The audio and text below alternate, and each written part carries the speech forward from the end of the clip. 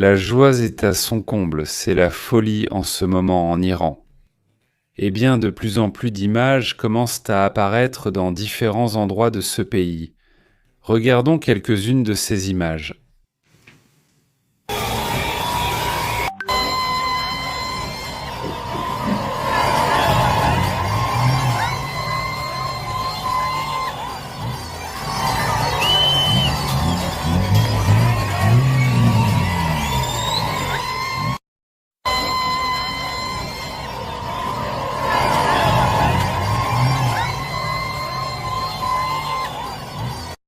Eh bien, imaginez-vous, même dans les immeubles, on entend beaucoup de bruit.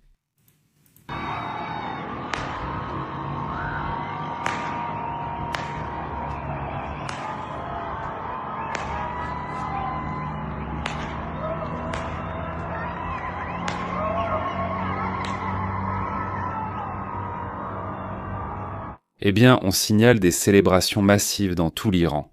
Cela après que le gouvernement iranien lui-même a confirmé son décès. Non seulement Ali Khamenei, mais aussi un fils, une belle-fille, un petit-fils et, eh bien, différentes personnes qui, apparemment, étaient avec lui. En ce moment, cette image devient plus pertinente, celle d'il y a quelques semaines où l'on voyait cette jeune femme sans voile avec une cigarette brûlant la photo d'Ali Khamenei. C'était une partie des manifestations en Iran. Beaucoup de ces jeunes ne sont plus en vie. Certains, dans son cas, à elle, j'ignore si elle est encore en vie. Mais ce qui attire l'attention, c'est que ce symbole, elle est devenue un symbole à son époque, avec beaucoup d'autres figures, beaucoup d'autres jeunes qui montraient cette ignorance. Content, montrant son visage, se peignant le visage, simplement en enlevant le voile, ce qui est déjà beaucoup. Sortir dans la rue et fumer, c'est déjà quelque chose de bien, c'est vraiment énorme. Selon le régime de Khamenei, une autre image qui surprend aussi est celle de ces deux individus. Vous vous souvenez d'Ahmadinejad ? Celui de gauche qui à l'époque faisait aussi partie, disons, était un leader du même gouvernement iranien à ce moment-là. Également Shamskani lui-même, qui aurait aussi perdu la vie aujourd'hui avec différentes personnalités. On peut dire que l'attaque elle a été très vaste, vraiment très vaste. Évidemment, dans cette stratégie, au début on parlait de 30 cibles, puis ensuite on a même évoqué des centaines de cibles. Il a été le président de l'Iran, le même poste que Masoud Pezeshkian, qui d'ailleurs, on ne sait pas où se trouve Masoud Pezeshkian, s'il est en vie ou non. Qu'est-il arrivé à Masoud Pezeshkian ?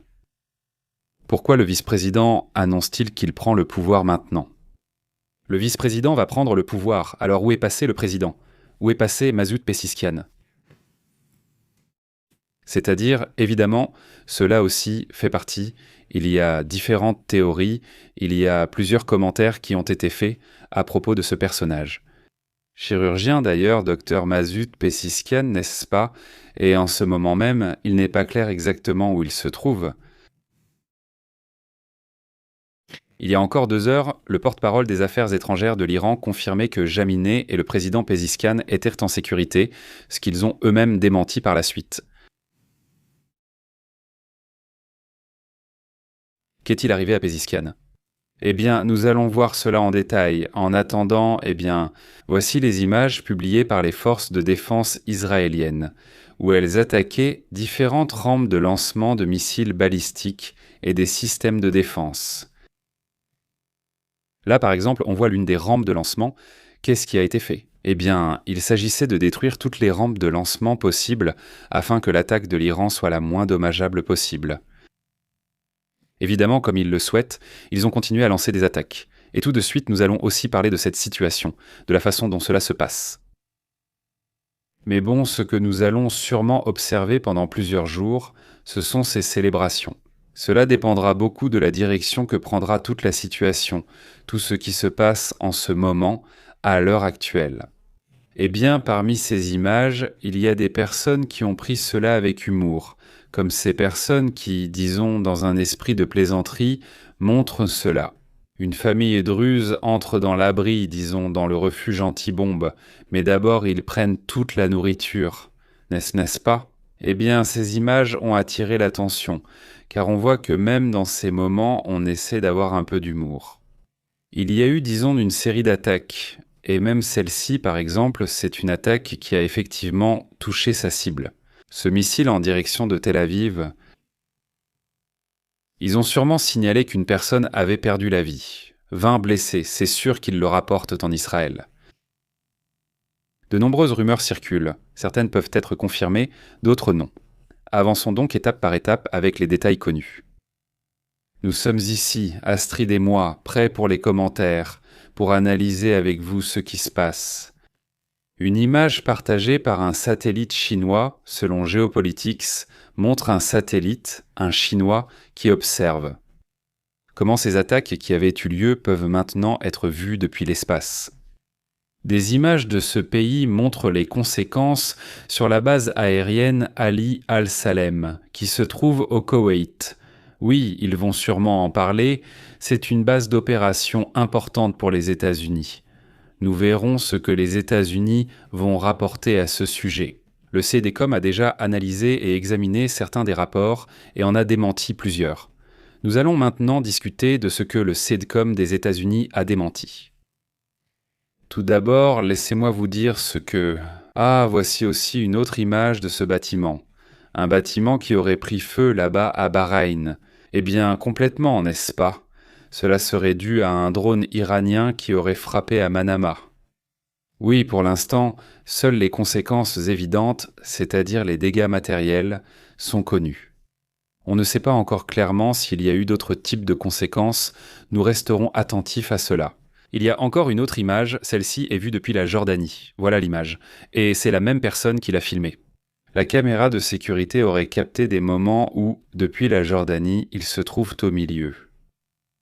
Entre Israël et l'Iran, pour ainsi dire, on voit que les missiles qui passent au-dessus de la Jordanie se dirigent vers cet Israël, ceux lancés par l'Iran elle-même.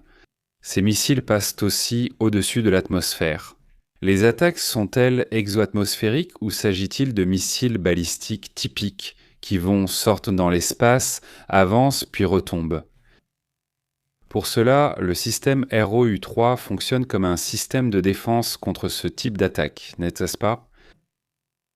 Une autre des images, également aujourd'hui, concerne ce qui se passe avec l'ONU, où il y a aussi certaines réactions. Nous allons tout de suite parler de l'évolution de cette affaire, mais bon, il y a plusieurs sujets, plusieurs thèmes également importants aujourd'hui. Parmi eux, cette image que nous voyons ici. Beauté, en train de jouer, j'y prête attention. On voit déjà qu'elle est impatiente, comme l'a commenté celle qui l'a regretté. Merci. L'image de l'ONU, il montre donc des images qui ont été discutées par là-bas. C'est l'ambassadeur d'Iran, écoutons-le, nous l'avons déjà doublé en espagnol, alors écoutons. Qu'est-ce qui a été dit entre ces personnages et aussi le moment, le voici, c'est le moment où le gouvernement iranien à la télévision publique disait donc qu'il était déjà décédé. Nous allons écouter un extrait de la façon dont il disait Alija Milei, déjà doublé en espagnol. Certainement, nous sommes de Dieu. Le grand peuple d'Iran, l'âme élevée du leader de la grande nation iranienne et pionnier de la communauté islamique, l'honorable imam Khamenei, est parti vers le royaume suprême après avoir goûté au doux nectar du martyr durant le mois béni du Ramadan. Le Conseil suprême de sécurité nationale a publié un communiqué à ce sujet qui dit ce qui suit. Et là, tout le message complet est déjà lancé. Mais disons que c'est à ce moment-là que l'annonce du décès d'une figure qui a gouverné d'une main de fer pendant plus de 30 ans est faite, qui a porté constamment un discours contre l'Occident, contre les États-Unis, contre l'Europe, et qui, les a isolés. Mais les jeunes avaient accès au monde et voyaient le monde. Et ils disaient « Eh bien, cela ne nous plaît pas ». Eh bien, en ce moment, nous voyons comment ils sont en train de fêter. Et bon, c'est évidemment un tournant énorme. Qui aurait pensé que nous allions finir le dernier jour de février avec la confirmation même de l'Iran? Parce que regardez à quel point le gouvernement iranien est trompeur, pour ceux qui ensuite sortent et défendent l'indéfendable. C'est-à-dire, littéralement, il y a quelques minutes à peine, en arrière. Ils étaient en train de nous dire « Voici la fille minée » et ils l'ont publiée en images. Ici, on vous l'a dit, ça nous semble être de l'intelligence artificielle ou une vieille vidéo. Il y a quelque chose de bizarre là-dedans. La fille minée avait l'air très détendue, très calme. Enfin, c'était autre chose, pas ça. Maintenant, il confirme donc cette situation. Il n'est plus clair ce qui se passe avec les espèces, il n'est plus clair non plus ce qui arrive à certaines figures. Le vice-président iranien affirme que c'est lui qui va prendre le pouvoir, parce que, qui sait, il n'y a pas de vide de pouvoir et il y a en ce moment des mouvements internes importants. Il y a aussi, ce message également, qui est déjà en espagnol au moment où des discussions ont lieu à l'ONU. Écoutons ce qui a été dit. Je n'ai qu'un mot à dire. Je conseille aux représentants des États-Unis d'être courtois. Ce sera mieux pour vous et pour le pays que vous représentez. Merci. Merci, représentant des États-Unis, vous souhaitez faire une déclaration supplémentaire. Monsieur Curaniel. Franchement, je ne vais pas dignifier cela avec une autre réponse, surtout en considérant que ce représentant est ici dans cet organisme, représentant un régime qui a tué des dizaines de milliers de ses propres citoyens et en a emprisonné beaucoup d'autres, simplement parce qu'il voulait la liberté face à sa tyrannie. Merci, Monsieur le Président. Voilà le message qu'il se transmettait. Cela fait aussi partie de ces tiraillements que nous allons observer dans, J'imagine que beaucoup de personnes en Iran pensent en ce moment à l'avenir. Et cet avenir, dépendra aussi de la manière dont ils permettront qu'une transition ait lieu. Et là, ils pourraient avoir un avenir, ou bien ils n'en auront pas. C'est le calcul que chacun est en train de faire, avec différentes réactions, aussi bien en Amérique latine que dans le monde, et nous allons discuter un peu de ce qui se passe dans ce sens. Mais il y a aussi ces autres images qui viennent de Jordanie, non? Les gens sortant sur les balcons et regardant. Les missiles qui vont d'un côté, qui vont de l'autre, les systèmes de défense qui partent d'Israël pour éliminer ces missiles. Une série de réactions vraiment impressionnantes. Ce bâtiment de Bourg al-Arab, non, pas celui-là, qui ressemble à une voile de bateau, non, un voilier aussi, là aussi incendié par une attaque, non. Un sujet qui a aussi provoqué une réaction très forte des pays arabes. Et ils ont dit « Si on nous attaque, nous aussi, nous allons répondre ». À ce jour, à notre connaissance, ils ne l'ont pas fait. Mais il y a déjà eu 2 actes de solidarité qui ont touché des pays arabes du côté, disons, de l'Arabie Saoudite et du Qatar, et toute cette région aussi. Cela sera intéressant, n'est-ce pas? Je crois que c'est le plus haut bâtiment, tu te souviens? Oui, là où Mr. Beast est monté, je crois. Mais non. Mais c'est le Burj Khalifa? Oui, c'est lui. Ah, c'est le Burj Khalifa. Ok, bon, le voilà, là, il touche aussi un drone, c'est-à-dire que, ce sont des drones qui ont été soit très imprécis, soit exprès, ils veulent toucher ces bâtiments. Pour le symbole qu'ils représentent dans ces pays, en ce qui concerne la prospérité qu'ils ont générée dans ces régions, non, ça aussi, ça pourrait être. L'avenir du détroit d'Ormuz reste incertain. Pour l'instant, ce n'est pas ça, il y a d'autres parties importantes, mais ce que nous pouvons déjà affirmer dans tous les sens. D'abord, disait Netanyahou, non ici, c'est ce qu'Astrid Netanyahou commentait. Quand il dit normalement que quelqu'un a déjà perdu la vie, c'est que normalement c'est le cas, n'est-ce pas? C'est-à-dire, normalement ça s'est passé comme ça pendant tout le temps où nous avons suivi tout ce qui est géopolitique ici sur cette chaîne. Nous avons essayé de voir qui sont vraiment ceux qui, tu vois? Réalité. Dans ce cas, c'est que le gouvernement mène des opérations. Et ensuite, le régime iranien a confirmé qu'effectivement, il avait perdu la vie. Alors, y a-t-il un vide de pouvoir en Iran? J'imagine déjà que Pahlavi doit être en train de bouger et de faire ses calculs pour savoir s'il pourra entrer ou non en Iran. Je suppose non, ce serait un peu la logique, mais bon, passons à d'autres points importants de ce qui se passe en Iran.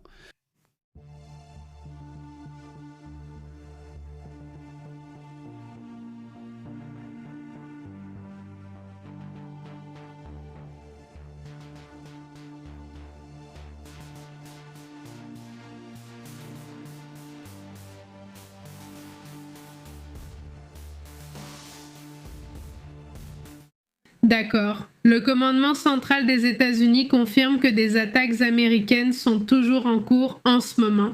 Et ils disent sur X, ils disent ce qui suit. Le régime iranien a été averti, pardon. Le CENTCOM prend maintenant des mesures rapides et décisives, comme cela a été ordonné précédemment.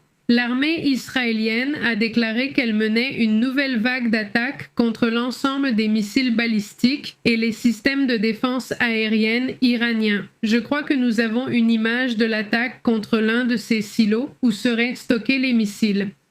Et en ce moment aussi, une alerte a été lancée par le département de la Défense des États-Unis, où il demande à son personnel, au personnel du Norcom, de ne pas porter d'uniforme en public. Cela, évidemment, est basé sur la sécurité dans l'environnement que l'on vit en ce moment. Il y a plusieurs choses qui attirent aussi mon attention dans tout cela. Premièrement, le commentaire fait par Trump. Ils disent que jusqu'à présent, les attaques de l'Iran, la réponse de l'Iran, ont été bien moindres que ce à quoi on s'attendait. Oui, c'est-à-dire par le niveau de l'attaque par ceux qui ont perdu la vie. Le même Ali Jaminet. On s'attendait à une méga, super, ultra attaque. Ils avaient dit qu'ils avaient de nouvelles armes, des armes je ne sais quoi, tout le monde attendait. Bon, et où était ce pouvoir ? Ils avaient dit qu'ils étaient déjà pratiquement prêts depuis la fin de la guerre de juin. Ils disaient « Tout est prêt, tout fonctionne déjà, les rampes de lancement de missiles sont en place. Pendant ce temps, nous allons regarder des images qui vont devenir historiques. » Como esta imagen en la que israelíes e iraníes festejando. Prêts, rampes de lancement de missiles. Pendant ce temps, regardons des images qui vont devenir historiques.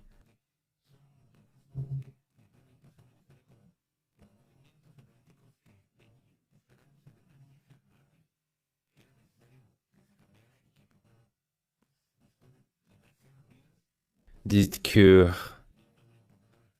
También dentro de toda esta información, el régimen empezó a sacar información de que, es que... Ils étaient prêts. Rampe de lancement, missiles, pendant que... Bueno, salió el CENTCOM a decir, a ver, espérame tantito, ¿de qué estás hablando? Dime dónde está esa base. Dime cuáles soldados estadounidenses, ¿verdad? Hasta ahorita, hay... Les images deviennent historiques. De bajas estadounidenses hasta el momento. On parlait de rampes de lancement de missiles. Liz. Pendant ce temps, les images qui deviennent historiques...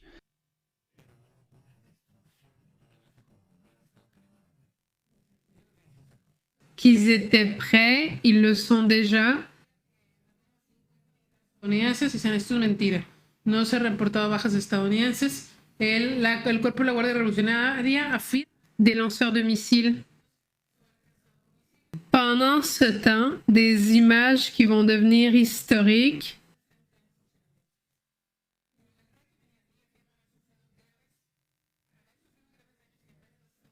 Es mentira. Los daños a la infraestructura. Ils ont dit qu'ils étaient prêts, déjà des missiles, tandis que des images vont devenir historiques.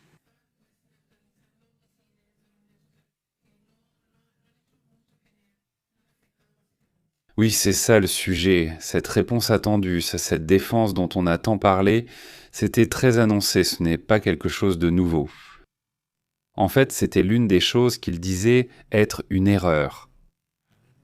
Ils ont dit qu'ils étaient prêts, qu'ils avaient déjà des missiles, en attendant, on va y aller. Des images qui seront historiques. Ils ont dit qu'ils étaient prêts, les lanceurs. Pendant que des images montrent qu'ils ont dit qu'ils étaient prêts, les lanceurs de missiles sont déjà en place. Pendant que je regarde des images qu'ils étaient prêts, les missiles, pendant ce temps,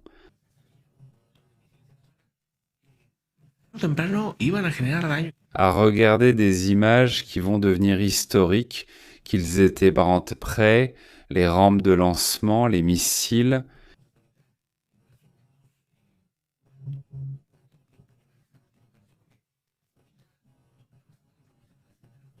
Pendant ce temps, nous allons voir des images qui vont devenir historiques, des rampes de lancement, pendant que nous allons voir des images qui vont devenir historiques. Prêtes, les rampes de lancement de missiles sont déjà en place. Pendant ce temps, des images qui vont devenir historiques. Prêtes, les rampes de lancement sont déjà installées. Regardons les images. Ils ont dit qu'ils étaient en prêt. Les rampes de lancement de missiles sont déjà en place. Pendant que nous regardons les images, ils étaient en prêt. Les rampes de lancement de missiles sont déjà en place.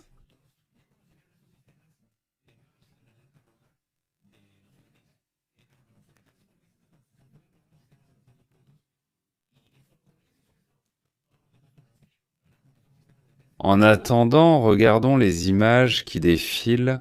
Les rampes de lancement de missiles sont déjà en place.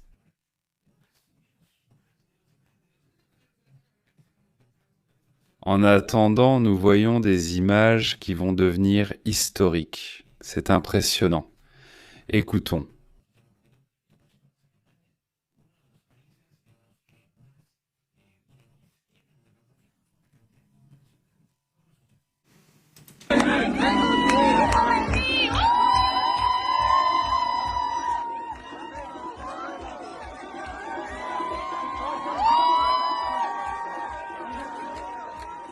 Eh bien, voilà une partie de l'histoire de la façon dont cela se déroule.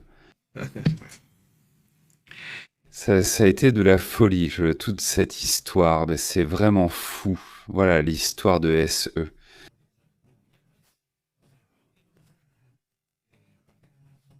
Chaque mois a été une tête différente. En février, nous avons Ali Khamenei. En janvier, nous avions Nicolas Maduro. Et puis, comme je vois, Cuba. Peut-être que ce sera celui de mars, non? L'autre jour, Donald Trump disait qu'il allait y avoir une prise amicale de l'île. C'est de l'histoire. Ça va partir.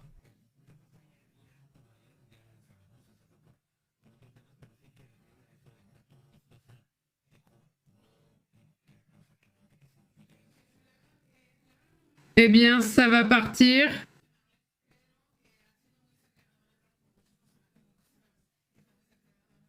Y aseguraba que en 30 días.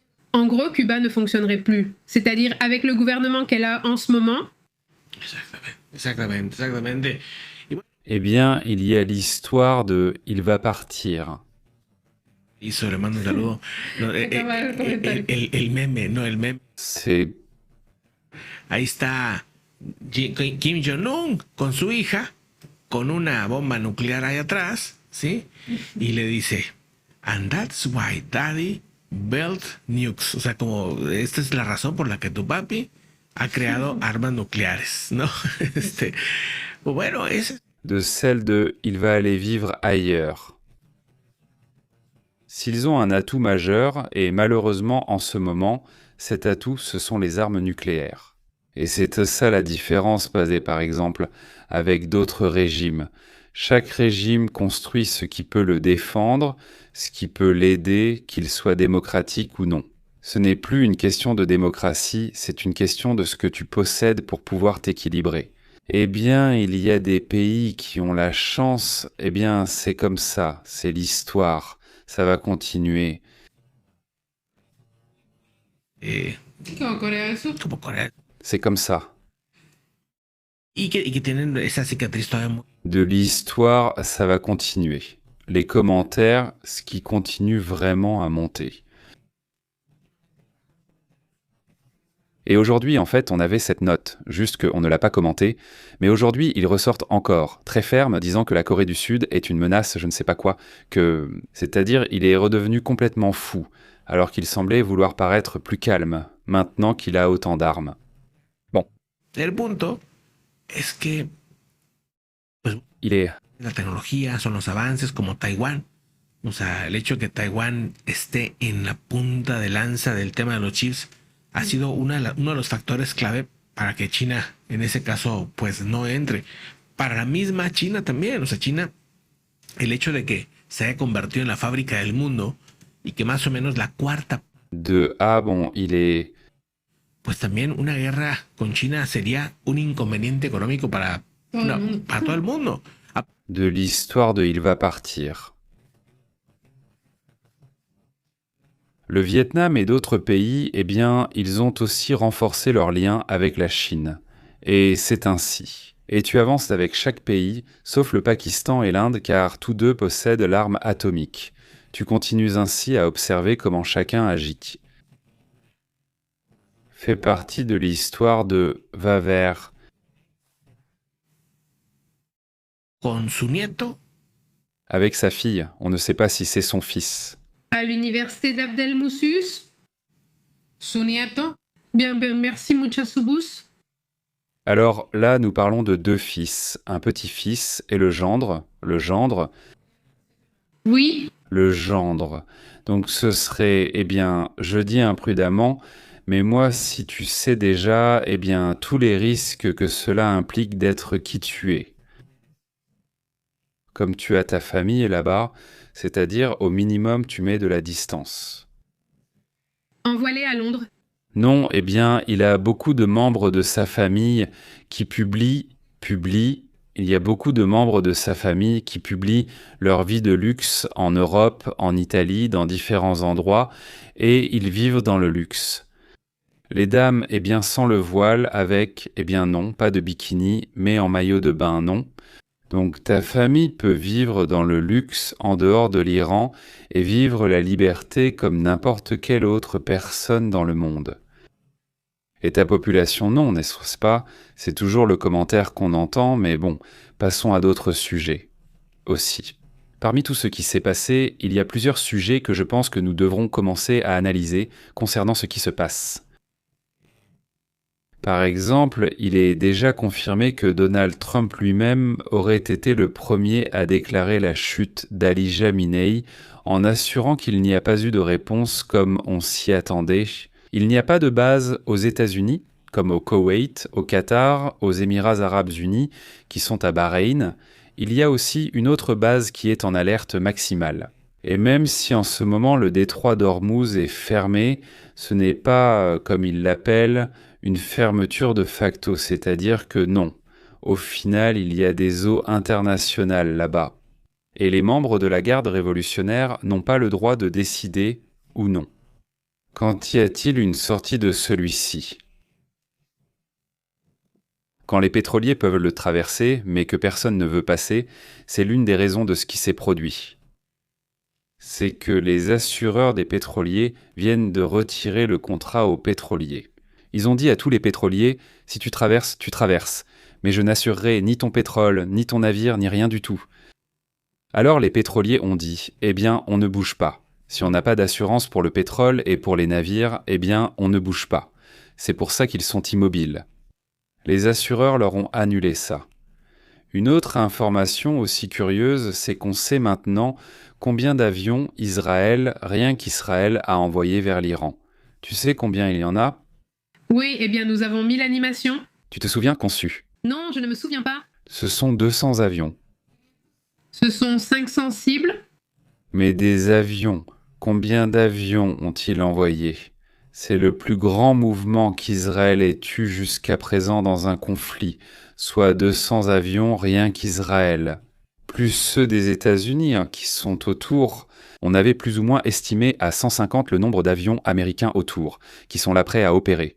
Ce n'est pas qu'ils vont tous opérer, évidemment, mais qui sait combien ont été déployés, non? C'est aussi ça. Ah bon, on en a déjà parlé ici, non? Oui. On en parlait, on en discutait sur Telegram. Pour ceux qui ne suivent pas Telegram, vous avez sûrement vu l'animation aussi, non? Ah, sur Facebook aussi, et sur X, eh bien, on vous a partagé l'animation qu'Israël a faite, où il montrait les points qui avaient été attaqués et qu'il y avait eu environ 200 avions de combat avec 500 cibles. Attendez, laissez-moi juste y aller rapidement. En ce moment, on signale une explosion, des explosions puissantes, c'est ainsi qu'ils les appellent, à Téhéran. L'origine des explosions s'est produite à 5h30 du matin, heure locale de l'Iran. Il n'est pas immédiatement clair quelle est l'origine. Environ 90 minutes plus tôt, des détonations ont également été entendues dans la capitale iranienne. C'est la capitale iranienne. Nous allons rester attentifs pour voir ce qui se passe. Non, mais il y a d'autres vagues. Autrement dit, ce n'est pas terminé. Non, ce n'est pas encore terminé. Ce que l'on sait, c'est que les États-Unis vont demander, ou plutôt vont poser une exigence. En fait, c'est la même chose. Je ne sais pas si nous avons supposé ce qu'a dit ce Netanyahou à propos de cette exigence qu'il fait. Dans le sens où, à un moment donné, l'exigence sera que la population, prenne ce qui lui appartient. N'est-ce pas ? C'est-à-dire que la population elle-même dise « c'est fini, non ?» C'est-à-dire Israël et les États-Unis vont leur dire « il n'y a plus de bombardement, alors maintenant oui ». C'est-à-dire vous occupez-vous-en parce que sinon, enfin, cela ne peut pas continuer. Ça ne va pas boucler la boucle parce qu'Israël et les États-Unis ne vont pas envoyer de troupes. Non, ils ne vont pas intervenir directement. Ils n'enverront pas de troupes, peut-être du renseignement, mais pas d'intervention militaire. Donc là, ce sera aux gens de se lever et de montrer leur courage dans ce sens. Et les mêmes, aussi bien les militaires que les autres forces. Je pense qu'il faut aussi rappeler qu'il y a deux armées, et qu'elles sont complètement différentes idéologiquement. L'armée régulière, comme dans n'importe quel pays, une armée formelle qui n'a pas autant de budget, l'armée normale n'a pas autant de budget. Comme l'armée des ayatollahs, qui est la garde révolutionnaire, comme son nom l'indique, la garde révolutionnaire islamique, ce qu'ils défendent, ce sont les idéaux théologiques de l'ayatollah. Quoi qu'il en soit, et quoi qu'on leur dise, si on leur dit qu'il faut éliminer ceux-là parce que tu iras au paradis, ils les éliminent, ils font tout ce qu'on leur demande. Et il y a aussi l'armée normale et officielle, qui fonctionne comme une armée à part entière. Et c'est là qu'ils pensent qu'il va y avoir un affrontement, c'est-à-dire un affrontement entre l'armée officielle, en se mettant du côté du peuple, comme on l'espère, et l'autre essayant de protéger ce qui reste du régime des ayatollahs. Alors, Entonces, voilà, et comme on l'a toujours dit Je crois que c'est une phrase de Bill Clinton qui dit quelque chose comme « c'est l'économie, idiot ». Tu te souviens ? Merci. Oui. Mais je ne sais pas si c'est équilibré.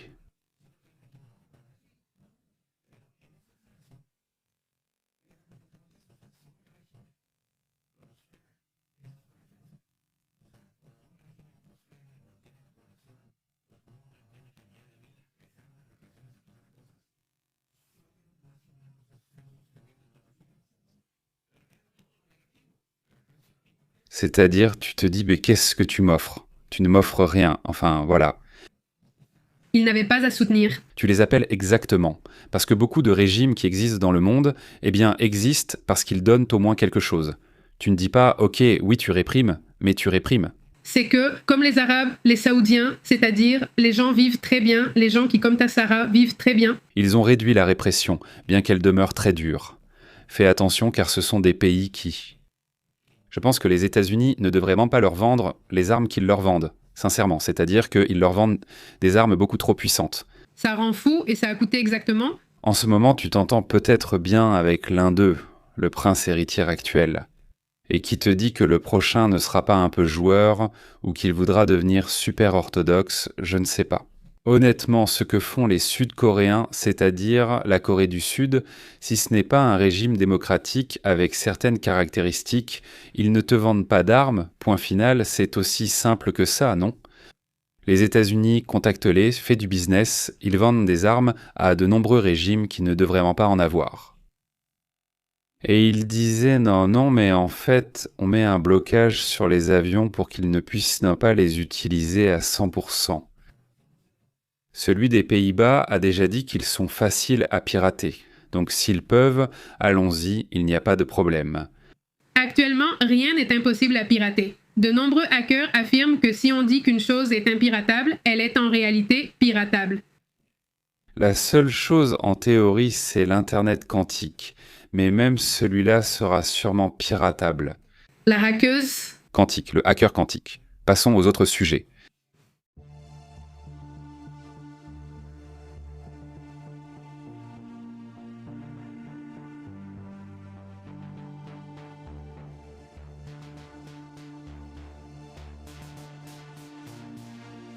Eh bien, il y a déjà une réaction à ce qu'a dit la garde révolutionnaire iranienne face à toute cette situation. Et ils affirment que l'offensive la plus dévastatrice est imminente. Donc ils insistent, c'est ce qu'ils publient.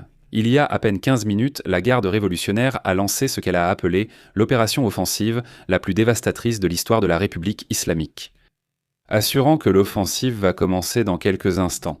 Autrement dit, une offensive soi-disant super dévastatrice est sur le point de commencer. Grande et qu'elle visera les territoires occupés ainsi que les bases terroristes américaines. Je le dis exactement comme ils l'ont écrit dans toute la région, selon ce communiqué. C'est dur, vraiment dur, mais bon, honnêtement, d'après ce que je vois, je ne les crois pas, sincèrement. O sea, D'après ce que je vois, j'insiste. Non, pas parce que oui. En se basant sur les... En se basant sur les faits, parce que c'est la seule chose que je peux faire, ce sont les faits. Si tu n'as pas pu le 12 juin ou à ces dates-là, si tu n'as pas pu maintenant donner ne serait-ce qu'une réponse de défense.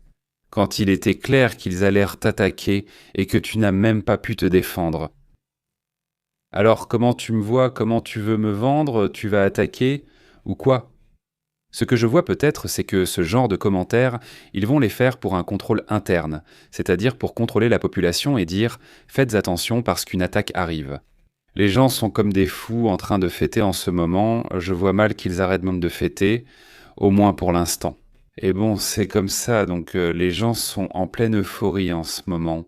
C'est vraiment incroyable et... ça va être intéressant. Quel sera donc le commentaire de l'armée d'Iran ? Puisqu'elle diffère de la garde révolutionnaire, comme je vous le dis, ce serait un sujet intéressant, non ? Qu'en pense-t-il ? Le général, il y a déjà un nouveau, vous vous souvenez ? Le commandant en chef du corps de la garde révolutionnaire fait partie de ceux qui ont perdu la vie lors des attaques à l'aube. Ils ont déjà un nouveau chef, on verra combien de temps il tiendra. Il faut se rappeler que lorsque le Hezbollah a tiré sur Nasrallah au Liban, le lendemain, ils ont nommé une nouvelle personne. Il est resté en place environ 15 à 30 minutes, très peu de temps, puis une troisième personne a été nommée et occupe toujours le poste. Mais ce personnage n'apparaît presque jamais. Ses commentaires sont très rares. Par exemple, Hezbollah a déjà réagi. Et qu'a-t-il fait ? Eh bien, il a dit « ce n'est pas cool, c'est très mal, il faut respecter la souveraineté ». Et il n'a rien ajouté. La Russie, pareil. C'est-à-dire que les amis ne font que parler en surface. Bon, alors, souvenez-vous, on vous l'a dit ici. L'Iran, Masoud Pezeshkian et Vladimir Poutine se réunissent et signent un accord de défense mutuelle.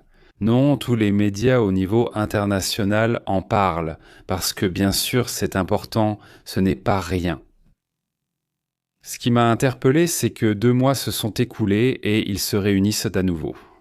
Ils réitèrent la signature d'un accord de défense mutuelle. Et attends, pourquoi as-tu besoin de réitérer ? C'est-à-dire, si tu as déjà signé, alors tu respectes l'accord, non ? Mais bon, ça m'a vraiment interpellé, je me suis dit, comment se fait-il qu'au bout de 2 mois, tu sois déjà en train de réitérer ça ? Écoute, si 5 ans étaient pas passés, tu pourrais le redire car il y aurait d'autres dirigeants. Mais non, ce sont toujours les mêmes, Masoud Pezeshkian et Vladimir Poutine. En signant à nouveau la même chose, je me suis dit, bon, c'est tout. Peut-être qu'ils ne sont pas si sûrs que ça. Et en effet, nous avons clairement vu qu'il n'y a aucune intention de s'entraider, aucune idée de tendre la main. Eh bien, c'est ce que tu as signé, non, c'est ce que tu avais signé. Maintenant, il y a plus d'images. Voyons ce qui se passe. De quoi s'agit-il ? Eh bien, c'est l'image de gens qui fêtent encore dans les villes de l'Orient. Les gens continuent de célébrer, ils ont lancé différentes choses. Là, il y a une statue, je ne sais pas laquelle. Mais ils prennent la statue, c'est ça. Ils ont aussi déjà pris le bureau du gouverneur, c'est-à-dire qu'il y a déjà certaines villes où la population a déjà pris soit la police, soit le bureau du gouvernement. Quelque chose ? Impressionnant, impressionnant. Écoutons un peu le moment, un instant.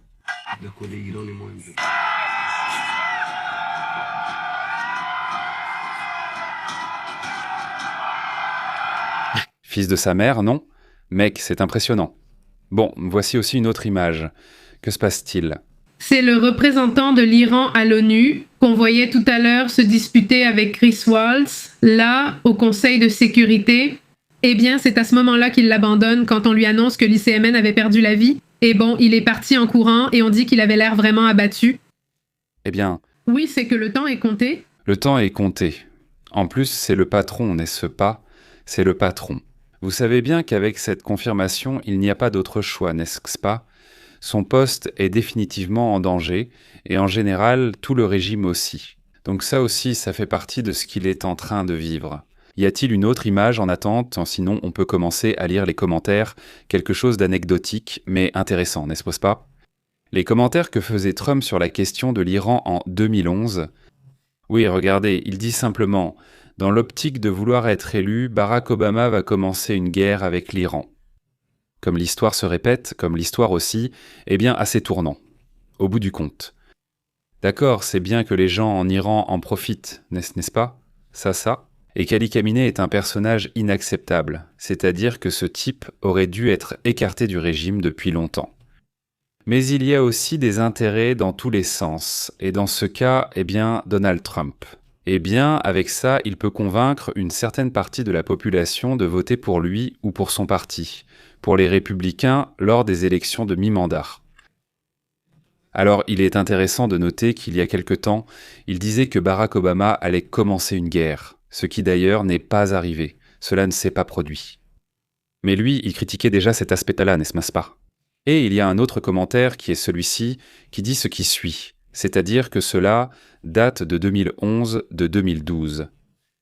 Il dit, maintenant, les chiffres concernant les sondages d'Obama, les chiffres sont, je ne sais pas ce qu'on dit. Chainspin, je suppose que ça monte très vite. Observez comment va-t-il frapper la Libye ou l'Iran? Elle est désespérée, il baisse. Oui, c'est comme s'il tombait dans un tourbillon, non? Et il dit qu'il va attaquer la Libye. Pareil que lui, parce que ses chiffres sont en chute, horriblement en chute. Eh bien, comme je le dis, j'insiste, au final, Twitter A annoncé son avenir. Twitter est vraiment très bavard, surtout avec les politiciens. C'est fou, non? Comme tout à coup, eux-mêmes accomplissent leur cycle d'une certaine manière. Vous vous souvenez qu'hier ou avant-hier, quand on a parlé d'Anthropic, qu'il s'était retiré, chose qu'il n'allait pas accepter, que le tenté ne l'utilise pas, ils disent dans le Wall Street Journal qu'ils ont utilisé Anthropic Cloud pour l'attaque de l'Iran, comme cela avait déjà été fait pour Nicolas Maduro. Cela malgré le fait que Trump l'avait banni hier ou avant-hier. Je ne me souviens plus quel jour on est, mais bon, ça attire l'attention, non? Ce serait déjà le deuxième coup avec ça? J'ai vu plusieurs rapports à leur sujet et ils disent que cette Anthropic est bien supérieure. En fait, ils pensent même qu'elle a peut-être déjà atteint la singularité, ou du moins la première étape de la singularité. Oui, c'est-à-dire commencer à s'améliorer toute seule à 100%. Oui, donc le développement de cloud, enfin en fait ça s'appelle Anthropic. Non, la société c'est cloud, non mais Anthropic c'est Anthropic. C'est OpenAI avec ChatGPT, Groove avec Elon Musk et avec Twitter et tout ça et d'autres encore. Évidemment non, mais celle-ci a été créée, elle a été développée en pensant qu'elle ne serait jamais utilisée à des fins létales. Ils sont contre l'utilisation qu'ont faite d'autres entreprises. Toutes les entreprises, malheureusement, comme toute technologie, vont aussi être utilisées dans des armes. Que ce soit ces entreprises ou qu'elles ne le veuillent pas, cela va arriver, que cela plaise ou non, c'est en train de se produire en ce moment. Donc, même cette entreprise qui a dit non, nous ne voulons pas qu'ils le fassent, eh bien, ils vont le faire, en fait, ils sont en train de le faire. Ils ont refusé un contrat de 200 millions de dollars. Malheureusement, le problème, c'est que ce sont des développements tellement énormes. Et on me dit que celle d'Anthropic est bien supérieure dans de nombreux domaines stratégiques par rapport aux autres. Donc le Pentagone a Groove, OpenIA et d'autres, avec la liberté de les utiliser. Alors pourquoi insiste-t-il pour en utiliser une en particulier? Anthropic car il l'a utilisée dans la stratégie sur la question Maduro et l'utilise actuellement. Et tous deux avec un résultat exceptionnel. C'est parce que ça marche pour lui, ce n'est pas si simple. Donc c'est une publicité gratuite dont bénéficie Anthropic, et même si Anthropic ne le souhaite pas, cela montre bien ses capacités de développement et d'élaboration de stratégies sur un sujet très très intéressant. Aussi comme les chaises, elles sont également au centre d'une controverse. Oui, et en plus ça leur réussit. À la fin des 2 attaques, je veux dire, je ne sais pas à quel point, ni à quoi cela sert autant, mais cela aurait définitivement pu être le facteur de succès dans les 2 opérations. Eh bien, c'est encore en cours, mais jusqu'à présent... Jusqu'à présent? Oui, ce serait le cas. Le principal objectif de cette attaque d'Israël et des États-Unis était de neutraliser ou d'éliminer Ali Khamenei et Massoud. Position, ont-ils réussi ou Massoud manque-t-il encore? Nous ignorons ce qui lui arrive. Oui, je pense que c'est déjà fini, mais enfin pour moi, à ce stade, le cycle est déjà terminé. C'est-à-dire, le point suivant, c'est juste qu'ils doivent s'assurer que ces usines, cet enrichissement et tout ça, doivent aussi être détruits. Et pour ce qui est des missiles, si ça n'est pas détruit, alors ce ne sera pas un succès. Parce qu'en fin de compte, un Khamenei peut être remplacé par un autre, pareil ou pire. Bien sûr, oui, parce qu'une fois, quelqu'un d'Israël nous disait, je ne me souviens plus qui, désolé, qu'il y avait pire que Khamenei, qu'il connaissait des personnages encore plus extrêmes que Khamenei. Curieusement, Khamenei ne voulait pas être le guide suprême, il a été nommé, soi-disant, juste comme ça. Il devait rester 1 an, et puis bon, cela s'est prolongé, et donc il y aurait des personnages encore plus radicaux. Oui, je m'en souviens, je lui passe le bonjour, mais je ne dirai pas de nom. Mais oui, on nous a dit depuis Israël que hier, il le voyait comme un personnage en Israël, un personnage parmi les ayatollahs modérés. Imaginez comment sont les autres. Oui, enfin, il savait qu'il faisait partie des calmes, non? Donc évidemment, ces non-modérés pourraient aussi essayer de prendre le pouvoir. Et qui sait quoi d'autre? C'est pour ça qu'on ne peut pas dire que cela a été un succès. D'un point de vue stratégique, on parle, non? C'est-à-dire, du point de vue éthique, c'est un autre sujet, mais du point de vue stratégique, cela est considéré comme un mouvement réussi. Si le renversement et un changement de régime sont accomplis, alors on pourra avancer plus sereinement. Non. Dans ce sens, qui sait où se trouve en ce moment ce mot? Et c'est la grande question, parce qu'il semble qu'il faudrait qu'il fasse un autre commentaire. Non. Non, je n'ai pas vu s'il a fait un commentaire. Mais bon, passons au commentaire que je pense important, que l'on ne voit presque jamais. C'est le secrétaire à la guerre des États-Unis, oui. Et les attaques américaines et israéliennes contre l'Iran ont été décrites comme l'opération aérienne la plus meurtrière, la plus complexe et la plus précise de l'histoire. Dans sa publication sur X, il a répété les avertissements de Trump dans ce contexte. Pour moi, César, ce sont ces avertissements de Trump. Concernant les capacités de production de missiles de l'Iran et sa flotte, eh bien, il dit qu'elle sera détruite. Il dit que l'Iran n'aura jamais d'armes nucléaires, c'est le régime iranien, il a refusé de parvenir à un accord et maintenant il en subit les conséquences. Les États-Unis n'ont pas commencé ce conflit, mais nous le terminerons. Si vous tuez ou menacez les États-Unis n'importe où dans le monde, comme l'a fait l'Iran, nous vous traquerons et nous vous tuerons. Ceci est le commentaire de G7. N'est-ce pas aussi cette étape, je ne sais pas si c'est intéressant, c'est celle dont je vous parlais tout à l'heure de Jordan, c'est vraiment fou. La caméra de sécurité capte les missiles, qui ressemblent à des bolides, parce qu'en réalité, c'est en quelque sorte un bolide qui tombe de l'espace. Oui, ce type de missile balistique ne brûle pas. D'ailleurs, il y avait des images, je dirais, à prendre avec des pincettes. Il y avait des gens qui étaient sortis. Évidemment, vous en avez vu certains pour célébrer dans les rues. Et immédiatement, ces groupes organisés sont sortis, je ne sais pas si c'est une idée du Venezuela ou de l'Iran, mais ces groupes sont sortis tirer sur les gens qui étaient en train de fêter.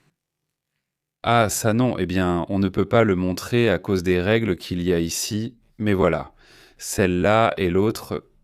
Mais oui, ils circulent sur ces motos et ces petits scooters, ils mettent encore la pression, ils mettent en soi la pression sur la population pour qu'elle parte, ils leur font ressentir cette peur. Et donc oui, peut-être qu'ils y arrivent avec un petit groupe, mais avec d'autres non. Et celui-ci, je pense que les gens en ce moment, sont très contents. Je ne pense pas qu'ils vont pouvoir contrôler ça dans ce sens, mais bon. En ce moment, on informe que Trump a déjà ordonné des attaques contre l'Iran, disons plus générales. Après avoir vu ce qui s'est passé contre Israël et contre l'Arabie Saoudite, il faut se rappeler que Trump adore le sujet de l'Arabie Saoudite. Il s'entend très bien avec le prince héritier. Il est dit que le président Trump ordonne des attaques contre l'Iran, et cela malgré les évaluations des renseignements américains, selon lesquelles il était peu probable que Téhéran représente une menace directe pour le territoire des États-Unis dans la prochaine décennie. C'est ce que publie le Washington Post, citant 4 personnes familières avec l'affaire. Selon le rapport, la décision a été prise après des semaines de lobbying de la part de 2 alliés. Le Moyen-Orient, incluant l'Arabie saoudite et Israël, est une région clé pour les États-Unis. Voilà, cela fait aussi partie des événements les plus importants. Allons-y, passons maintenant aux commentaires.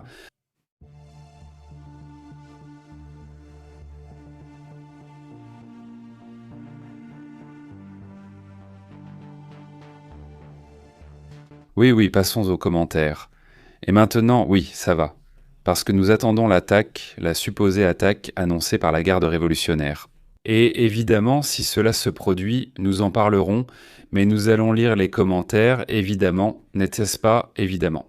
Ah, regarde ce qu'il dit. Ça peut être quelque chose de politique contre l'Iran, dit Martin, mais Epstein pèse plus lourd, dit Martin.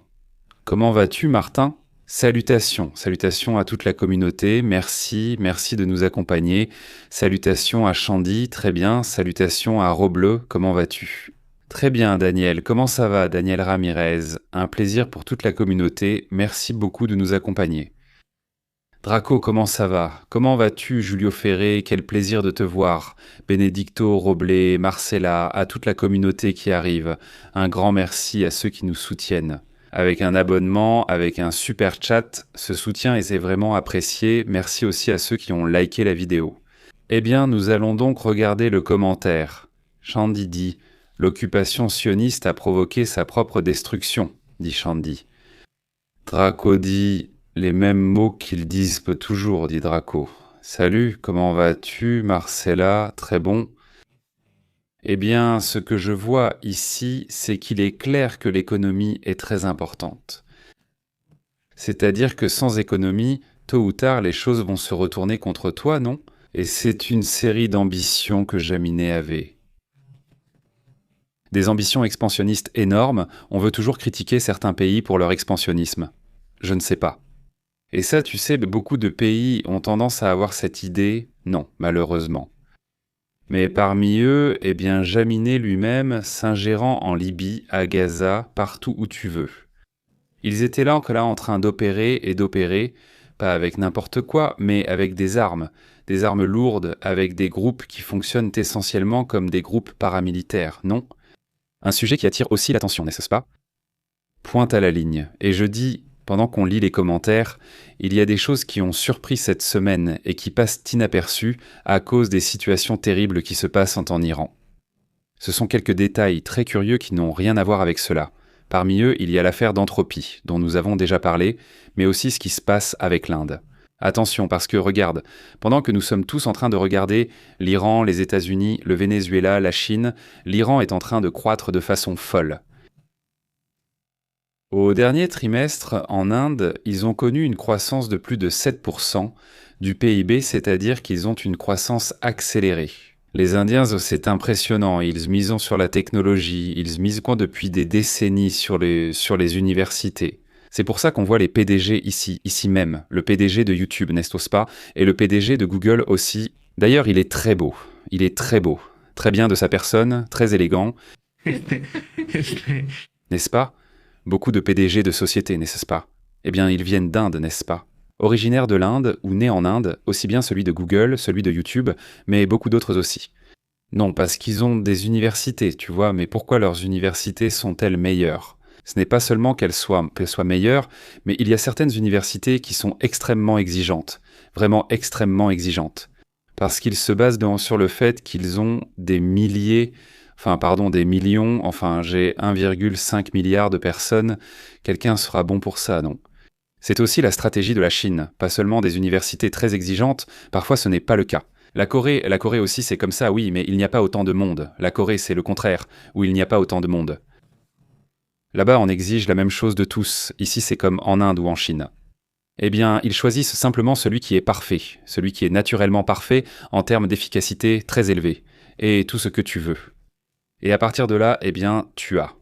D'ailleurs, comme le disait le PDG d'Apple, non, ce Tim Cook, il s'appelle Tim Cook. Il disait que, tu sais, il n'y a pas moyen de rivaliser quand tu sais toi. Dans tous les États-Unis, tu as, disons, 5000 ingénieurs de ce type. Oui, c'est tout ce qu'ils ont, rien d'autre, il n'y en a pas d'autre, il n'y a rien de plus. Et il y en aura des bons et d'autres moins bons. Ah, et ils n'en ont que 5000, disons. Ils disent, la Chine, eux, ils en ont 200 000. et parmi les bons. En plus encore, 200 000 des moyens et d'autres mauvais, mais des bons, tu en as? 200 où tu as beaucoup de chances d'en attraper? Alors, tu montes une usine là-bas et tout marche, rien ne tombe en panne, tu n'as pas de mal à embaucher, tu n'as pas à supplier pour qu'ils arrivent à l'heure, rien de tout ça. C'est ça le sujet. Et bon, avec l'Inde, n'en parlons même pas, n'est-ce pas? L'Inde est en train de s'accélérer énormément en ce moment. Donc, eh bien, on va voir comment ce sujet évolue. Luis Ferré, comment tu vas? Merci beaucoup, c'est super, merci pour le super chat, premier super chat de la journée. Au fait, merci. Salutations, et Holguin, toujours présent. J'ai adoré voyager à Bangalore, en Inde, mon pays d'adoption. Salutations, Holguin, salutations, tu vois? Holguin, salutations, tu y es déjà allé alors? Oui, plusieurs fois. Ah oui, c'est vrai, il nous l'a déjà dit. Super Holgun, c'est génial. Sûrement notre tour viendra, espérons pouvoir visiter là-bas. Et bon, alors quoi d'autre? Qu'est-ce qu'ils disent d'autre par là? Salutations à, dit Draco, seulement qu'il n'entre pas au Mexique, à Trump au Mexique, parce qu'il pourrait avoir la meilleure technologie et l'équipement militaire. Mais on lui mènerait une guerre perdue d'avance, on le ferait reculer, dit Draco. Salutations Draco, comment vas-tu? Très bien, dit-il. Salutations à Rublox aussi. Bonsoir Omar, jusqu'à New York, dit-il. Je me souviens, lors de ma thèse sur la simulation et le contrôle des processus, nous utilisions les informations de l'Université d'Inde, car ils étaient les plus avancés. Et toi, tu es à New York, mon ami? C'est impressionnant. Il y a certaines zones qui sont devenues dominantes ou qui sont au moins parmi les meilleures. Disons que le problème, c'est qu'ils en perdaient beaucoup. Ils partaient aux États-Unis, ils partaient ailleurs parce qu'on y payait mieux. Maintenant, ils commencent déjà à créer ces villes très avancées, très développées, tu vois, presque au niveau de Monterrey à peu près, et aussi Mexico et Guadalajara. Oui, bien sûr, bien sûr. Et d'autres sujets aussi. D'autres pays dont on n'entend pas autant parler. J'ai un ami ingénieur qui travaille pour une entreprise des États-Unis. Et on l'envoie de temps en temps dans différents pays pour superviser certains développements technologiques. C'est-à-dire... Et au fait, cet ami, d'ailleurs, je salue Daniel, cet ami, tu le vois? Et donc, c'est Guerrero, donc je veux dire, oui. Si tu le vois aux États-Unis, tu ne te rends pas compte qu'il est du Mexique, non? Ce que je veux dire, c'est qu'il y a aussi toujours cette idée que le Mexicain a certaines caractéristiques très spécifiques, mais en réalité, le Mexicain est très varié, il est très varié. Je veux dire, ici, il y a des Asiatiques, des Afrodescendants, de tout type. Et évidemment, quand on parle, on le remarque, n'est-ce pas? Quand on parle, eh bien, on parle avec le mot « güey », n'est-ce pas? Donc, il a été envoyé ici et il est surpris parce que c'est une nouvelle ville. Il dit « c'est une nouvelle ville ». Tu vois l'Égypte typique qu'on te montre sur les pages de tourisme avec les pyramides? Il dit qu'il y a une zone unique, et j'ai vu que tu la remarques, tout est ainsi. Avec de la fibre optique sans câble sur les poteaux ou des choses vraiment, vraiment folles. Je me suis aussi mis à chercher, tu vois, et à voir ce que vous voyez. C'est-à-dire l'Égypte mise aussi, comme d'autres pays, n'est-ce pas? Eh bien, pour se développer dans ce domaine, non? Donc c'est vraiment fou. Salutations à Nubia Sanchez, merci pour l'information. Je ne ferai pas de salutations ici à Jerez, vous comprenez? Salutations à un blog, peu importe. Très bien. En saluant ici Dinson Benedicto et Louis Ferré, dit que nous avons plus de personnes en direct que MBC. Félicitations, eux 500 et nous plus que ça. Louis, excellent. Il en faut plus, juste de l'anime. Excellent, merci Louis, pour l'encouragement, salutations. Et Gérès, qu'en as-tu pensé, Gérès? Donc ce jour-là, on s'est lancé dans une diffusion. D'abord, j'ai fait 1 heure, 1 heure et demie, 2 heures, je ne me souviens plus. Et ensuite, avec Gérès, on a fait environ 2 heures, et puis avec toi, on a fait encore 1 heure de plus. C'était vraiment super, très intéressant, dans le sens où on a pu partager beaucoup de choses sur ce qui se passait. En pleine transmission, dit-il. Florencia, comment tu vas? Salutations, Florencia. Bonjour, comment ça va? Merci de l'avoir rappelé, Gérès. Alors, s'il vous plaît, laissez votre like. Et quoi de plus que... Au fait, on n'en avait pas parlé, non? Mais en Iran, ils ont décrété 40 jours, évidemment, de deuil pour la chute de l'IKMN. Eh bien... Oui. J'imagine parce que ça va être 40 jours, donc très, très agité. Non, parce que je ne sais pas si ça va se terminer rapidement. Oui, non, ça ne va pas se terminer rapidement. Et là, vous imaginez, enfin, les jeunes, les familles qui ont perdu il y a quelques semaines leur fille, leur fils, et eh bien, il y a déjà eu des manifestations. Ici, nous avons vu des documentaires. Tu te souviens qu'il y en a un documentaire comme docu. Eh bien, c'est un documentaire, parce que tout ce qu'il montre là, ce sont des faits réels. Mais il est animé de quoi? D'Iran, des manifestations en Iran, et comment? Ah oui, tu te souviens? Celui-ci, enfin, il y a eu plusieurs films et plusieurs histoires, courtes et longues, où il parle de tout ce qui se passe en Iran. Mais bon, c'était toujours la même chose, n'est-ce pas? Il disait que oui, ils ont protesté, la protestation de l'année, je ne sais plus laquelle. Oui, eh bien, mon parent, ma fille et mon fils est mort, je ne sais pas quoi, mais au final, tout restait pareil. Et maintenant, dans ces protestations, bien sûr, ils ont emmené beaucoup de gens, mais maintenant, les familles les vont pouvoir dire, mais au moins, eh bien, ils ont fini avec Jaminet et avec lui, et avec, eh bien, une partie de sa famille. Oui, la situation est devenue intense là-bas. Comment vas-tu, Wendy? Aria, santé, Wendy. Salut de New York, tu dis quoi? Salut, comment allez-vous tous les deux? MTK, salut à toi aussi. Il dit que c'est quelque chose à propos du fait que le Pakistan a déclaré la guerre à l'Irak. À l'Irak, oui, non, pas à l'Afghanistan. Pas à l'Afghanistan. Oui, voyons voir. Ils ont le droit de se défendre d'ailleurs. Y en a-t-il encore plus? Oui. Trump a dit au Pakistan qu'ils peuvent se défendre. Pardon, il y a plus d'images, je ne l'avais pas vu. Salutations. Comment vas-tu, Sylvia? Très bien, Adilson, Rublos, Emma, allons donc à la suivante. Dit Sylvia. Comment cela va-t-il continuer? Ça fait peur, dit Sylvia. Tu vis ici en Amérique? Ne t'inquiète pas, le pétrole peut augmenter un peu, mais en ce moment le prix ne bouge pas, c'est le week-end. Rien ne changera avant demain soir, même en fin d'après-midi. Avec l'ouverture du marché américain, on verra si le pétrole monte. Cela peut finir par avoir un impact. On disait toujours, chaque fois qu'il y avait un conflit avec l'Iran, on parlait de la Troisième Guerre mondiale. C'est la première fois que non, je ne vois pas ce commentaire. C'est-à-dire, pas parce qu'il n'y a pas de possibilité, mais parce que, eh bien clairement, la capacité de réponse a été très limitée. Disons, voyons, on va regarder ce petit extrait, j'imagine? Ou quoi? Est-ce une attaque contre Dubaï?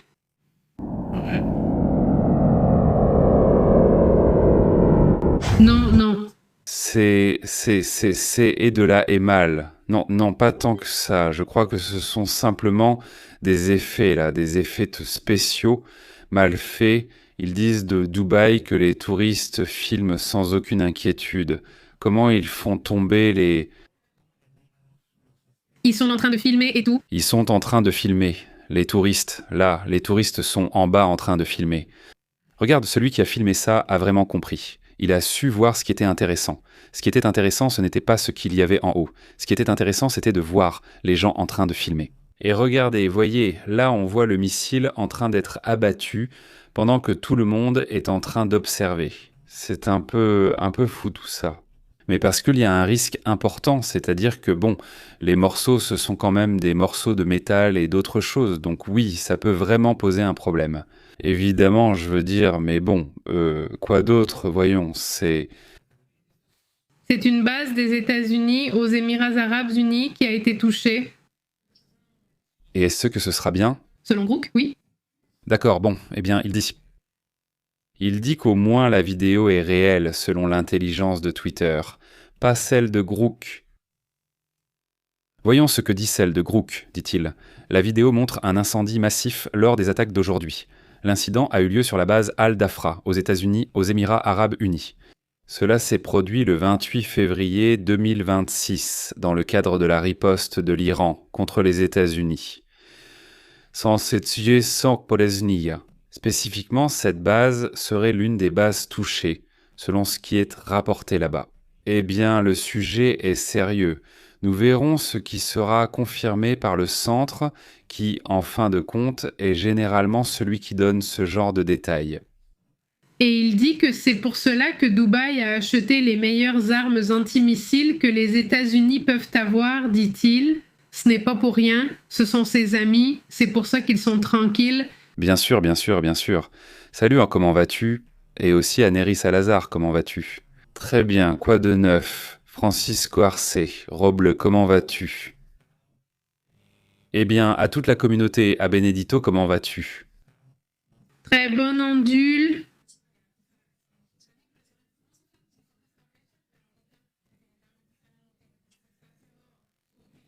Comment c'est, oui, que Ils y ont mis dans des pays super riches, du temps pour la laine, pour...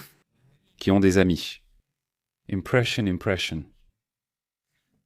On dirait que c'est le sol, non? Mais ce sont comme mes petits-fils qui sortent pour la défense aérienne.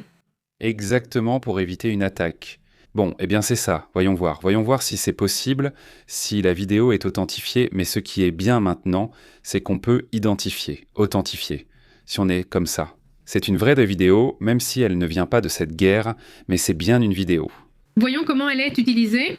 en soi. Et si elle vient des Émirats Arabes Unis? C'est un test qu'ils ont fait avec ces systèmes de 122 mm, ces systèmes sont turcs. Je comprends bien que c'est un... Un système turc? Oui, je crois que oui, laisse-moi voir, tu dis juste une entreprise turque, c'est une entreprise, ça c'est autre chose aussi. C'est-à-dire, les Émirats Arabes Unis n'achètent pas seulement aux États-Unis, ils achètent aux pays qui leur vendent. En gros, non, donc, eh bien, ils arrivent avec de quoi, ils ont beaucoup d'argent dans le sens où ça a été. Walter Osorio, salutations, très bonnes à Daniel de Guaquanejo, dit-il. La seule chose que nous voyons, c'est que la propagande de nombreux pays comme l'Iran et d'autres, eh bien c'est juste de la propagande au final, que des histoires, et ça se voit comme ça, c'est-à-dire, pareil, il suffit de se rappeler le cas du Venezuela, donc, et encore le Venezuela. Je veux dire, pourrais-tu penser moins? C'est un fait, évidemment moi, mais ils diront. Ils semblaient être un peu plus sérieux, non? Même s'ils savaient aussi qu'ils avaient leurs limites, ils semblaient plus sérieux. Il y avait beaucoup de choses que non. No, es que, cuidado. Je suis en train d'en parler. C'est LK, je ne comprends pas exactement. Ils peuvent se vanter l'autre jour à Alicante qu'ils avaient un missile capable de détruire un porte-avions. Et donc, eh bien, beaucoup de blogs, oui, beaucoup de blogs. Sûrement, ils n'ont pas les milliers de missiles qu'ils prétendaient avoir, les missiles balistiques, par exemple. Hier, ce qui aurait été la première réponse était Nasser. Israël a lancé 200 missiles, ce ne sont pas des milliers. Donc, bon, nous allons voir exactement combien ils en ont vraiment ces jours-ci. Non, eh bien, allons-y. Allez les gars, rappelez-vous que nous sommes sur Telegram, WhatsApp, c'est là que nous envoyons les notifications aux amis. Nous sommes aussi sur X, sur Facebook et sur Instagram. Et bon, s'il se passe quelque chose de vraiment surprenant maintenant, nous reviendrons. Je veux dire, je pense que tout le monde, Gilles, pensait qu'il pourrait y avoir au moins un peu plus de réaction que ce que ça semblait. Bon, Je veux dire, s'il se passe quelque chose à cause de la menace faite tout à l'heure par ceux de l'eau. Nous revenons dans un instant après une courte pause pour vérifier la situation. Si tout est calme, nous serons de retour. quel est le WhatsApp? Il demande tu vas sur le portable, en bas, il est écrit nouveauté. Et là, il y a des chaînes, par exemple, la chaîne de Bad Bunny, la chaîne de l'équipe de football. Il n'y a pas beaucoup de chaînes. Et là, il y a notre chaîne. C'est Pepe en direct avec 2 pierres. Sí, con dos peces. Ya. Pepe en Sí, vivo. Pepe Sí. en vivo, sí, Por buenísimo. cierto, lo que dijiste ahorita, ce que disait Jael, une experte de CNN qui est correspondante en chef de la sécurité internationale, elle dit que les attaques menées par l'Iran contre les pays voisins, comme Dubaï, comme les Émirats Arabes Unis, etc., que c'est un signe de faiblesse de la part du régime. Oui, tout à fait. Totalement, oui. C'est-à-dire, pourquoi y a-t-il eu l'attaque? Là, on va faire une petite pause et passer à une brève analyse, parce que je crois qu'on ne l'a pas dit et c'est essentiel, on est en train de le manquer. Regardez ceci.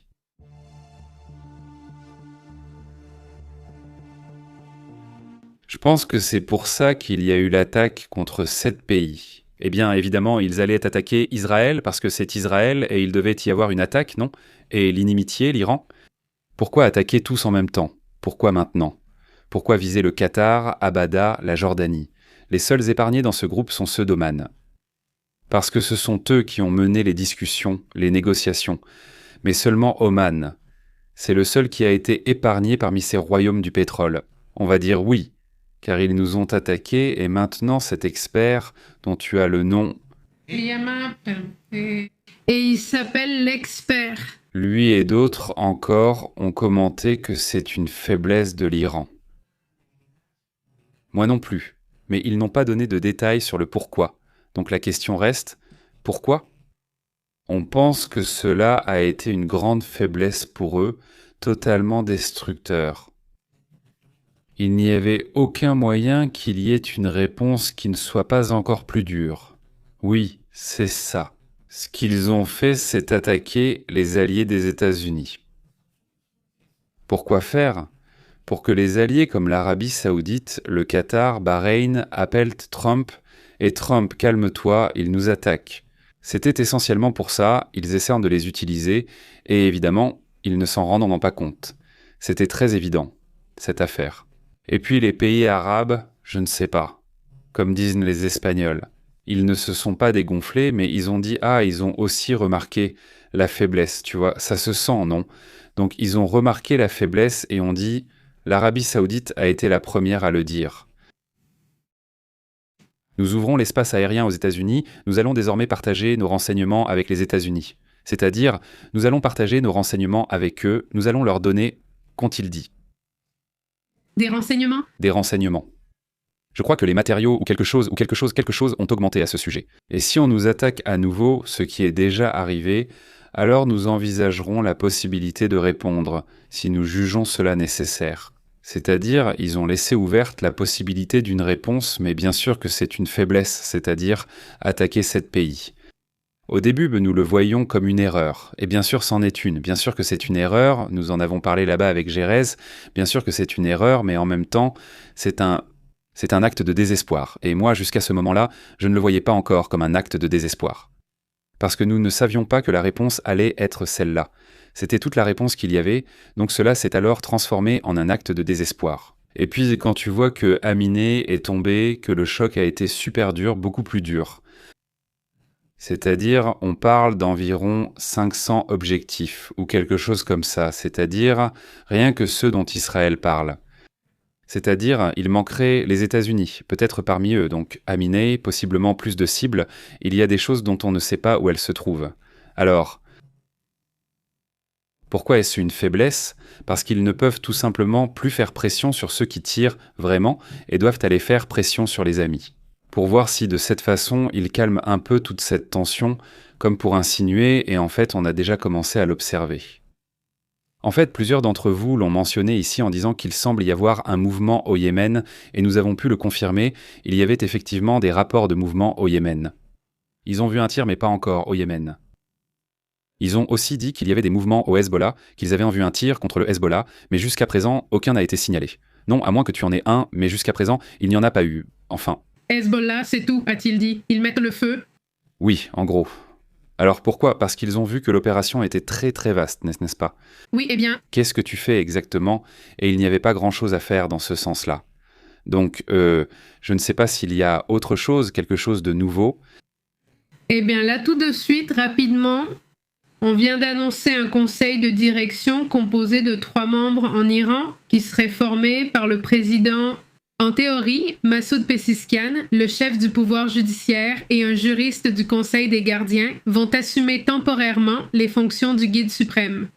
Selon la constitution iranienne, ce conseil peut assumer le pouvoir de direction jusqu'à ce que l'Assemblée des experts, qui est le groupe, disons comme ils les appellent, les ayatollahs, qui choisiront le nouveau guide suprême, c'est-à-dire qu'ils seront pour l'instant ceux qui appliqueront les décisions en ce moment en Iran. 1900, il est né en 1939, 2026. C'est la fin de celui-ci, donc, des ayatollahs.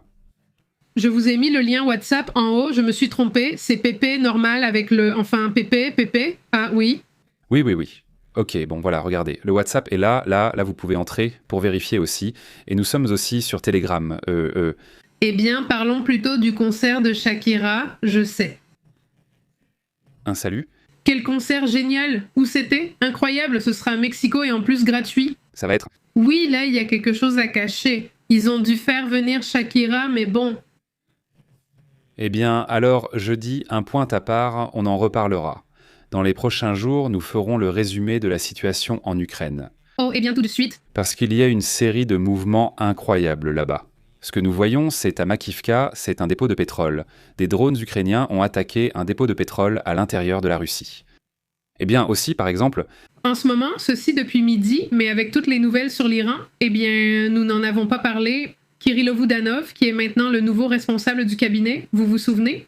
Il était celui des renseignements, mais quand ils ont renvoyé, ou que celui qui était au cabinet a démissionné pour corruption, eh bien, Kirilo Boudanov a pris sa place. Et maintenant, dans une interview, il a dit que la Russie a accepté d'accepter des garanties de sécurité pour l'Ukraine de la part des États-Unis, c'est-à-dire un pas positif. Peut-être qu'il a eu peur quand il a vu ça, on ne sait pas, ou peut-être qu'au dernier moment, il a aussi reculé, parce que c'est la même chose que ce qui s'applique à l'Iran. c'est ça.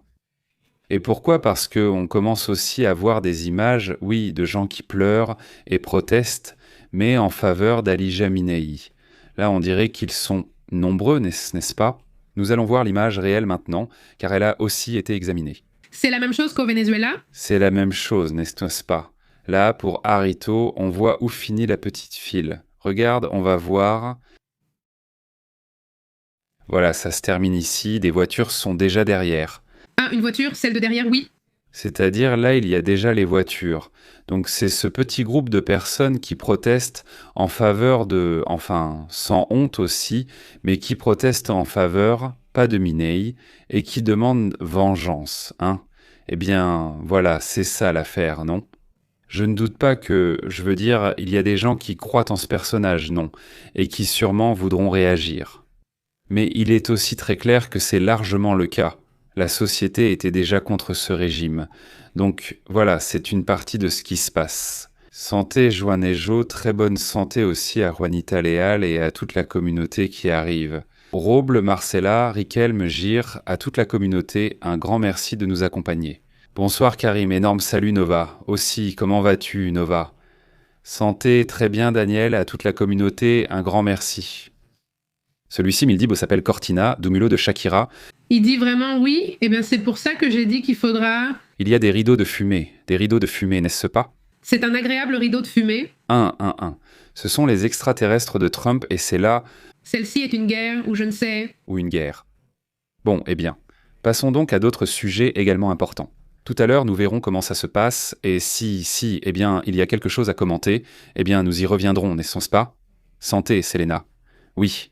Oui. Muy buenas. Dicen, mentira no ha muerto. Ay, C'est déjà passé à la télé en Iran, comme je te disais. Oui, l'Iran l'a déjà confirmé. Oh là là! C'est-à-dire, si tu veux revenir en arrière ou te retirer, eh bien, c'est déjà trop tard. Même les Iraniens ne sont pas crus. Eh bien, ça va être difficile. Mais voilà, lui, c'est la télévision iranienne qui confirme qu'il est bien décédé. C'est totalement confirmé par l'Iran, confirmé par les propres comptes d'Ali Khamenei. Oui, je dis juste ça pour que ce soit clair, Elena. Je te salue chaleureusement et bon, eh bien, je ne vais rien dire de plus. Rien de plus. Merci beaucoup pour ce super chat à Sergio. Sergio, un énorme salut, il dit. Iran contre les amis d'Ams, Sergio te le dit.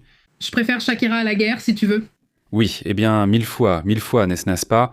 Salutations, merci Sergio pour ce super chat. Je te remercie beaucoup, ainsi que toute la communauté qui nous soutient. Une énorme accolade, portez-vous bien. On se voit plus tard. À bientôt.